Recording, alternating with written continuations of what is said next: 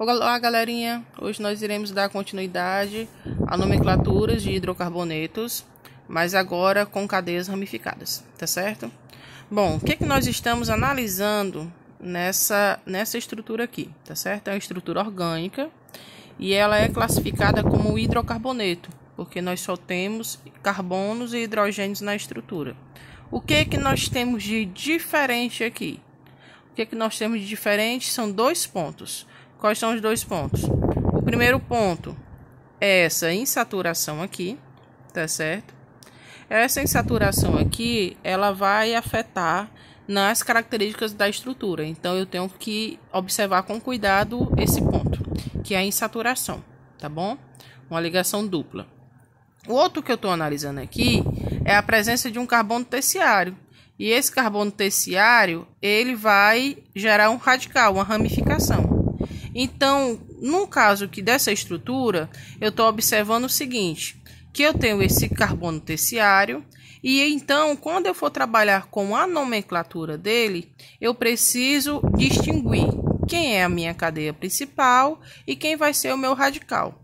Régia, qual é o critério? O critério é o seguinte, primeiro, tem heteroátomo? Se tiver algum oxigênio, um nitrogênio, eu tenho que partir dele, porque ele é a evidência de uma função, certo? Uma função que não seja um hidrocarboneto.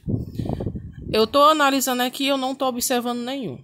Agora eu estou vendo o meu segundo critério, que é a insaturação, e eu estou observando que do lado direito da minha estrutura, eu tenho uma insaturação. Então, obrigatoriamente, eu tenho que partir a minha cadeia principal daqui, desse lado direito. Aí a pergunta é, ou eu vou reto, ou eu saio daqui da direita e dou a curva aqui abaixo. Qual é o meu próximo critério? Quantidade de carbono, tá certo? Então, da insaturação, se eu for analisar da insaturação de um extremo ao outro, eu tenho a presença de 1, 2, 3, 4, 5, 6, 7 carbonos. Se eu for daqui do extremo direito dando uma curva, eu tenho 1, 2, 3, 4, 5, 6. Então, como eu tenho menor quantidade, se eu fizer a curva, então ele vai ficar a cadeia principal, ela vai ser a cadeia reta, tá bom?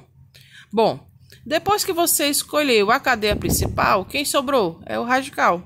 Esse radical, então, o que é que nós vamos ver? A gente precisa colocar os endereços de cada um. E esse radical aqui, a gente está vendo que ele tem dois carbonos.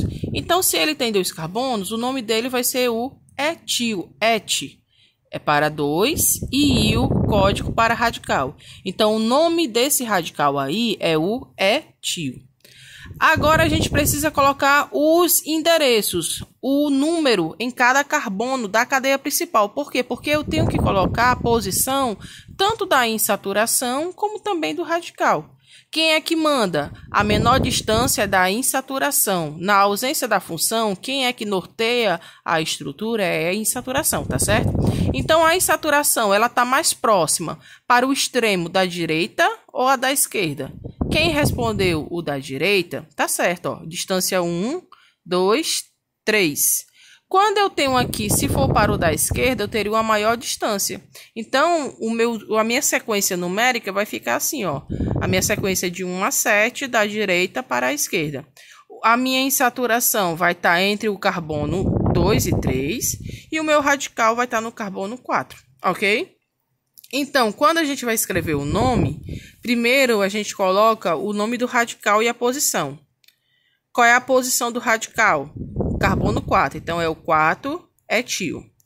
E já da cadeia, eu tenho 7 carbonos, prefixo para 7 é ept. Quando eu tenho a presença da insaturação entre 2 e 3, o menor é o 2.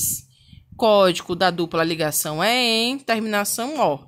Então, a gente finalizou aqui a estrutura com o 4-etil hepteno, ok?